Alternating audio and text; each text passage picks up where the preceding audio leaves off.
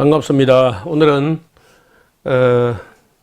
기독교는 왜 그렇게 교파가 많은 것인가, 이런 문제를 가지고 혼자 고민한 분도 있고 딱히 어디 가서 물어볼 만한 데도 없고, 그래서 늘 마음 한구석에 남아있는 그런 의문에 대해서 잠깐 대화를 하려고 합니다.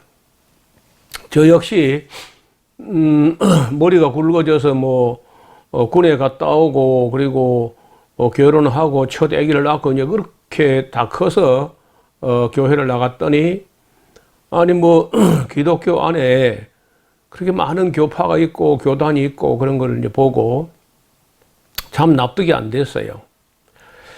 아마 저와 같은 생각을 하시는 분들이 지금도 들어 있지 않겠나. 그리고 그걸 아주 부정적으로 또 보는 분들이 있는 것도 사실이고, 또 누가 봐도 그러니까 분리되고 분열되고 하는 게 부정적으로 보일 수 있겠다는 생각을 합니다. 그러나 조금만 더 생각해 보면은 조금 다시 말하면 생각하기에 따라서, 그 관점에 따라서 다르게 보일 수 있다는 거예요. 우리가 늘 잊지 말아야 돼요. 내가 어떤 사물을 봤다 해서 내가 본 게 정당하게 본 것인가 하는 것은 늘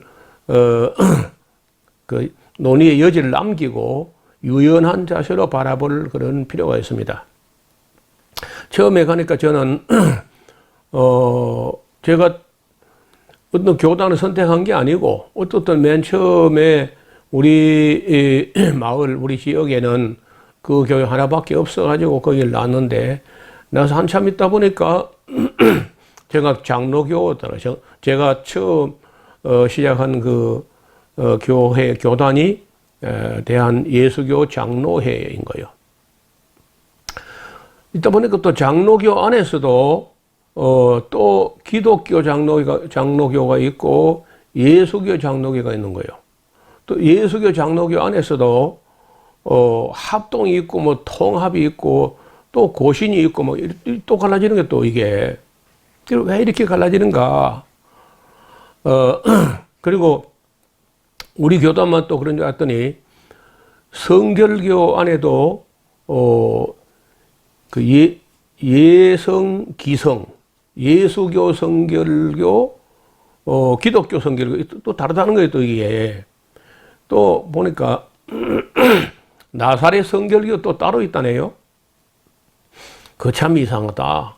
왜 자꾸 갈라질까? 함께 그냥 잘 지내지 왜 자꾸 갈라지느냐.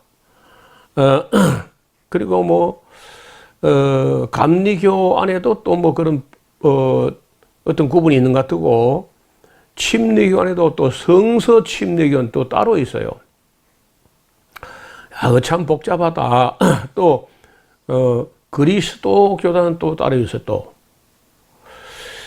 그래서 참 나중에 이런 걸 고민하다가 어느 날 제가 문을 열고 우리 뜰 하나 건너서, 우리 마당 건너서 이제 벽을 넘어 면사무소 마당에 큰 프라타나스 나무가 있어요.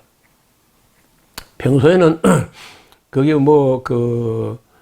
유의해서 안 보였는데, 그날따라 아마 봄이 되어 가지고 그 모든 그 큰 나무에 모든 가지 끝에도 예외가 없이 파릇파릇 그래 새싹이, 연두빛 새싹이 다 나오는데, 놀랍게도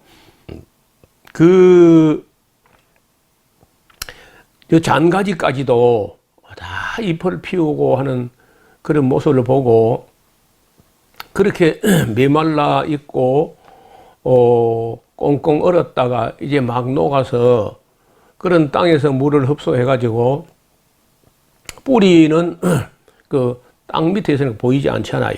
그리고 그 뿌리들이 어디 찾아가서 물과 영양소를 그 땅 속에서 찾아내 가지고 누가 보아주지도 않고 알아주지도 않고 하는데, 한 번도 햇빛도 못 보고 그 땅속 뿌리를 받고 그 돌 사이로 어디로 비집고 가서 영양을 다 찾아내 가지고 그래서 다 위로 올려보내는 거야. 그 위로 올려보내가지고 그 큰 그 아람들이 나무 둥치가 있고 거기서 이제 큰 가지 작은 가지가 갈라지는데 일단 뭐 큰 가지들로 몇 개가 또 갈라지고 그것을 또 중간 가지로 또 갈라지고 또 그 더 작은 가지 장가지 아주 뭐 그렇게 갈라지는데 그 모든 갈라진다 해서 어느 한쪽으로 그 영양소가 치우쳐 가는 게 아니고 모든 장가지까지 그 영양소가 골고루 흐르는 것 같아요. 골고루 공급되어 가지고 어느 한 이파리가 더 크게 뭐 피었다 그런 거 없어요. 보니까 거의 다, 야, 그 참 나무 안에 있는 행정이 정말 놀랍다. 우리 나라의 행정도 저 해야 되겠다. 그런 생각이 막 들더라고요. 그러면서 문득 그 생각나는 게 그렇구나. 큰 나무에는 반드시 이렇게 가지가 있게 마련이구나 하는 걸 이제 인식을 하게 됩니다. 다르게 보이더라고. 교회가 여러 갈래로 갈라져 있는 이 모습에 대해서도 이해가 되면서 이 사물을 통해서 이런 여러 가지 문제가 이해가 돼요. 여러분도 이제 같이 나무를 한번 볼까요? 이 나무 좀 봐요. 분명히 뿌리는 하나인데 여기서 땅 속에 있는 그 뿌리들은 그 학자들의 말하면은 지상으로 올라오는 지상부에 있는 이런 가지들의 분량과 땅 속으로 내려 뻗어나간 이 뿌리의 분량이 거의 비슷하다. 똑같지는 않겠지만은 거의 비슷하다는 거예요. 그럼 우리가 보이는 것은 이 한 둥치에서 뭐 큰 가지 이렇게 작은 가지 중간 가지 막 이렇게 나는 이거 뭐 보이고 보이지 않는 부분이 또 이만큼 된다고 하니 우리가 사물을 볼 때 보이는 부분과 보이지 않는 부분, 내가 또 어느 정도 알 수 있는 부분과 내가 알지 못하는 부분이 얼마든지 있을 수 있다. 이런 생각을 하게 되면서 저의 생각이 좀씩 바뀌게 되었습니다. 그래서 교회가 여러 교단으로 여러 교파로 갈라져 있다는 데 대해서 부정적으로 보던 시각이 그날 이후로 사라지게 됩니다. 많은 분들이 궁금해하는 거죠. 또 한편은 대답하기도 쉽지 않은 질문이었어요. 기독교는 이 세상에 있는 모든 종교들 중에 어쩌면 가장 분열이 많은 종교였다고 할 수 있습니다. 어쩌면 또 교회가 나누어질 때마다 또 나름대로의 아픔이 있어 왔던 것도 부인할 수 없을 겁니다. 그러나 교회가 이렇게 나누어지는 것을 두고 부정적으로만 볼 게 아니라 어떤 면에서는 긍정적인 면으로도 볼 수 있다는 겁니다. 아까 본 그 큰 그런 크고 건강한 그런 느티나무라든지 이런 나무를 보면요, 처음에 둥치는 하나지만은 자라다가 큰 가지가 갈라지고 그 다음 또 중간 가지가 또 갈라지고 그 다음 또 좀 더 작은 가지로 이렇게 끝없이 갈라져서 나중에는 이파리 한두 개 내지 몇 개만 피우는 그런 아주 장가지까지 갈라져 있어야 이게 오히려 건강한 나무야. 자, 어떤 식물이 씨앗에서 나왔는데 처음에는 다 외대로 한 대로 대공이 이렇게 올라옵니다. 하나로. 근데 만약에 그게 가지가 벌어지지 않고 한 개로만 계속 올라가면 어찌 될까요? 그게 뭐 나무 행사를 할 수 있을까요? 제 생각에는 가지가 벌지 않고 한 대에 올라가는 게 있는데 그게 콩나물이야, 콩나물. 콩나물처럼 커가지고는 거기 무슨 꽃을 피우고 뭐 열매를 맺히고 그렇게 못해요. 그래서 저는 기독교가 갈라진 게 그렇게 부끄러운 건 아니다. 우리가 때때로 이제 아름답지 않게 갈라진 경우도 있고, 또 어떤 경우는 갈라진 게 아니라 흉내 내고 있는 그런 이단과 무슨 사입이나 이런 가짜도 많이 있어요. 또 진짜가 있으니까 가짜가 있는 거 아니겠어요? 또 무슨 짝퉁이 있다는 것은요, 명품이 있는 거죠. 그래서 여기 그 나무를 당장 바라보면 이 좀 보세요. 이런 나무가 이렇게 아마도 몇천 년 된 걸로 보는데, 이 나무가 콩나물처럼 한 대몬 대공화 올라와서는 이런 나무가 안 되는 거죠. 이렇게 가지를 이렇게 옆으로 펼치는 것은 가능하면 태양빛을 많이 받겠다, 그런 의미에서 이렇게 갈라지는 거거든요. 이런 나무도 아마 은행나무 같은데, 은행나무가 대체로 그 잔병치레가 없어요. 그래서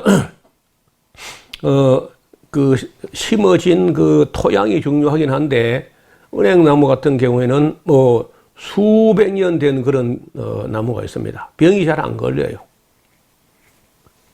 그리고 이런 나무도, 이거는 영국 웨일즈에 있는 나무인데, 아마도 제가 짐작하기로는 그 왕버들 같아요. 왕버들.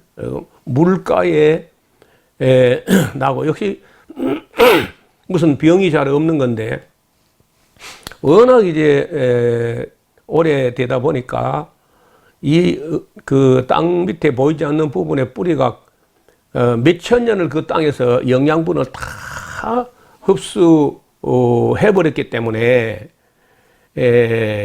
그 한 나무가 너무 오래, 한 곳에 오랫동안 같은 영양소를 너무 많이 장기간 동안 이렇게 빨아 올리고 그게 더 이상 공급이 안 되면은 나무가 건강하지 못해 가지고 어느 한 부분에 이렇게 이제 썩어 들어가는 이런 경우가 한번 생겨났어요. 그래서 결국 이제 죽는 경우도 있죠.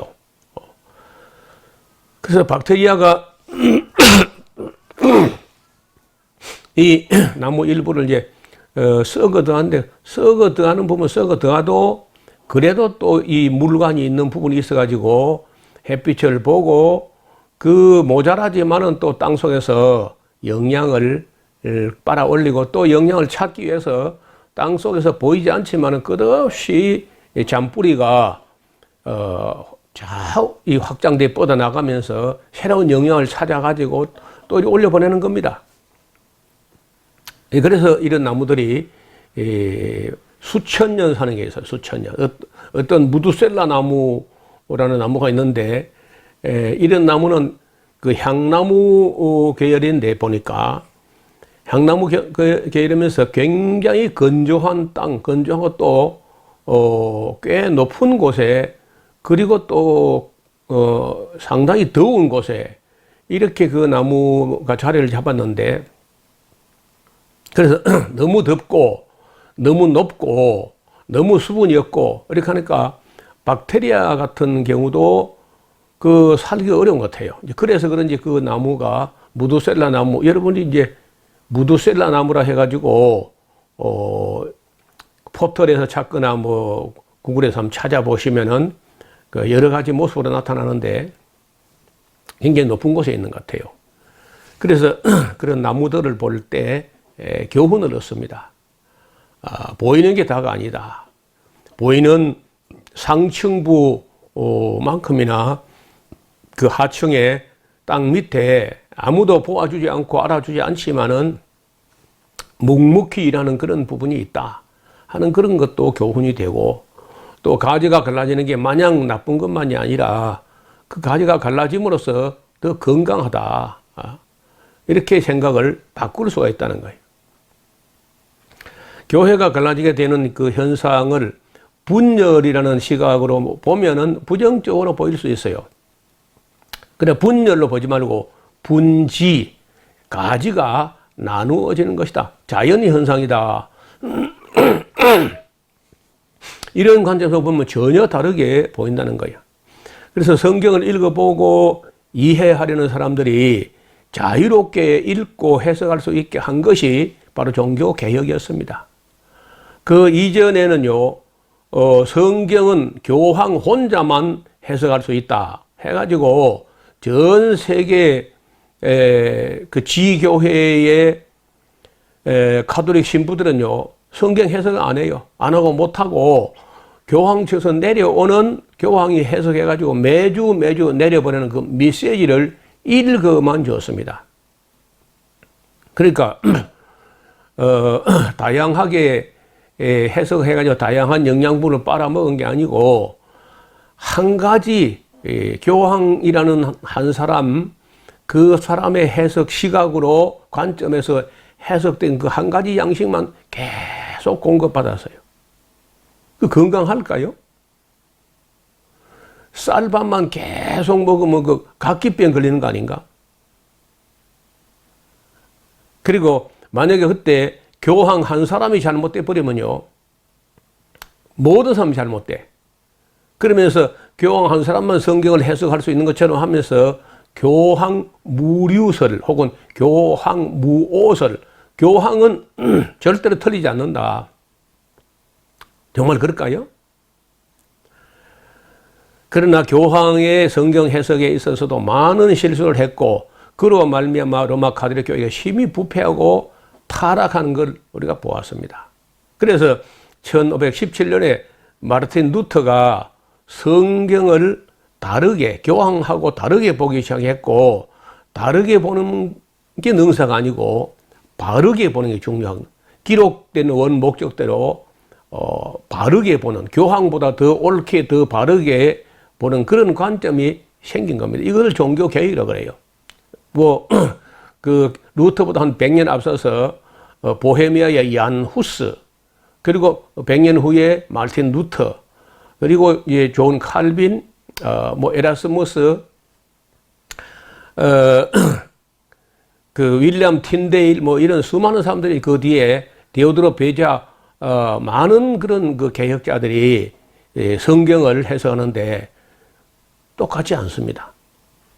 성경을 어떤 사람은 성경에서 이런 영양소를 가지고 다른 사람도 다른 교리나 진리를 도출하고 이렇게 해서 상당히 다양하게 했는데, 그렇게 하다 보니까 교단이나 교파가 들어 갈라질 수밖에 없고 하는데, 그게 다 잘못된 쪽으로 가는 것이 아니라 서로 약간의 다른 견해가 있지만 서로 경쟁하면서 싸우고 미워하는 게 아니라 경쟁하면서 하나님을 더 잘 섬기고 또 이웃을, 사람을 더 잘 섬기자 하는 쪽이라면은 이게 문제가 없다는 겁니다. 그리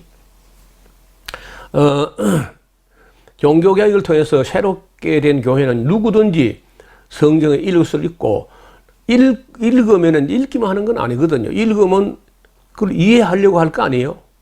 이해하려고 하는데 이해가 잘 안 되는 부분이 있어요. 그러면은 또 어차피 통제할 수 없으니까 모든 성도가 다 성경 읽도록 하니까 해석에도 다소 차이가 날 수 있다는 거예요. 그래서 부분적으로 약간 견해가 다른 이런 것 가지고 그 문제가 되질 않습니다. 그래서 성경 해석도 이제는 교황 한 사람만 할 수 있는 게 아니라 어느 정도 식견을 가진 사람이라면 얼마든지 성경을 읽을 수 있고 또 해석할 수 있고 가르칠 수 있게 돼가지고 나중에는 이제 만인 제사장설, 그 교황만 제사장이 아니고 모든 성도가 다 제사장이 될 수 있다. 교황 없이는 하나님께 나아갈 수 없는 그런 게 아니라 모든 성도들이 다이렉트로 바로 하나님께 기도할 수 있다. 이렇게 된 겁니다. 그래서 개혁주의 진영에서는 교황이 아닌 사람이라도 참된 신앙을 가지고 어느 정도 공부를 하게 되면은 교황보다 더 바르게 해석할 수 있다는 입장을 가지게 된 거예요. 그래서 성경을 자유롭게 읽을 수 있게 한 결과 당연히 그 다양한 해석이 등장하게 되었고 그 결과로 교회나 교파가 나누어지는 역사는 계속되어 왔습니다. 이제 지금은 제가 볼 때 거의 글쎄요, 종교개혁 이후에 한 500년이 지났는데 그 500년 동안에 정말 자유롭게 해석할 수 있게 이렇게 해석의 자유, 그 성경 낭독의 자유, 내지는 성경 해석의 자유가 주어진 이후에 부정적인 측면도 있지만은 그래도 외골수로 빠져서 잘못된 것보다 훨씬 낫죠. 이제 문제는 교회 종교개혁을 통해서 새롭게 된 교회가 성경 해석의 차이로 분열되는 게 아니라 순전히 이권이나 교권 다툼으로 일어나게 되는 그런 분열도 있었다는 것도 아무도 부인하지 못해요. 근데 이런 문제가 됩니다. 성경 해석의 차이 때문에 나눠지는 경우도 있고 아니면 또 이권이나 교권 다툼을 가지고 또 분리되는 경우도 있다는 거죠. 가장 심각한 문제는 성경 해석을 엉터리로 하여 그 이단과 사이비가 발생하는 이 부작용은 그거는 참 어쩔 수가 없는 것 같습니다. 그거 없었으면 좋겠는데 성경을 마음대로 읽을 수 있게 하고 해석할 수 있게 되니까 당연히 이단과 사이비가 나오는데 놀랍게도 그런 그 사이비나 이단들은요 대체로 신학을 하지 않았습니다. 그러니까 신학을 한다는 것은 적어도 종교개혁 이전은 또 조금 차치하고라도 초대 교회에 위대한 학자들 크리소스톰이라든지 이런 그 초기 2세기 3세기 학자들로부터 시작해가지고 또는 그 종교개혁 이전 그 중세 천년은 그 차치하고라도 루터나 칼빈이나 이 개혁자 시대에는 이 문제를 어떻게 해석했는가 이런 것을 신학교에 가서 쭉 살펴보면서 신학을 한 사람들은 여간에서는 이단을 만들거나 하지 않습니다. 왜? 이 성경의 큰 해석의 흐름을 아니까. 그런데 이제 지금도 이만희 같은 그런 사람이라든지 그 이단 사이비를 만든 사람들은 대개 신학교를 안 간 거예요. 자기 혼자 집에서 동구를 판 겁니다. 혼자서 계속 그 신학적 소양도 어떤 상식도 안 되는 그걸 가지고 자꾸 이제 성경을 파니까 이상한 쪽으로 해석을 해가지고 너무 이상하게 되니까 이제 이단과 사이비가 되는 거예요. 그래도 이런 이단과 사이비라도 그 민주주의 국가에서 이 이단과 사이비를요 어떻게 처리할 방법이 없어요. 처리했으면 좋겠는데 그게 잘 안 됩니다. 그리고 이제 이단과 사이비 종교들이 악을 행하게 되면은 그 결과에 대한 비난의 화살이 기독교 전체로 돌아오는 것도 또 참 어쩔 수 없는 사실이에요. 그래서 우리 오늘은 교회가 이렇게 분열되거나 분리되거나 한 양상에 대해서 그 원인과 또 그 결과와 부작용과 또는 긍정적인 측면을 함께 살펴보았습니다. 그래서 단지 교회의 기독교가 교파와 교단이 여럿으로 갈라져 있다, 분열됐다, 그걸 그냥 너무 쉽게 부정적으로만 보지 말고 큰 나무에 있어서 큰 가지 작은 가지가 갈라지는 것은 건강하다 하는 관점도 고려해 주셨으면 합니다. 오늘 준비한 것은 여기까지입니다. 감사합니다.